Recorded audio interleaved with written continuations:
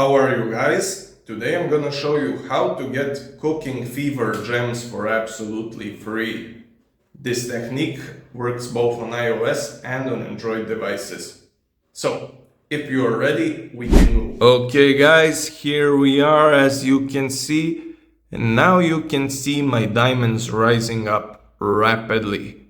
So, let me show you the process how you can get your diamonds for free, just like this. Okay, so for starters, the first step is to head over to our Safari, search for a website called appspatched.com. Now go to Cooking Fever. Okay, here you can enter your username or email address. Select the platform based on your device. And now you can choose the amount of gems that you are going to get for absolutely free. Go to Generate Resources. Now let's just wait for a couple of seconds. And we are going to be transferred to the success page in most cases.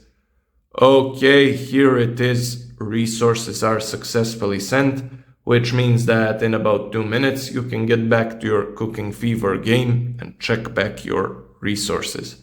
Now, some people on Reddit said that after it has been loaded, they needed to do some verification step. Make sure you complete that if they ask you, because sometimes they just do.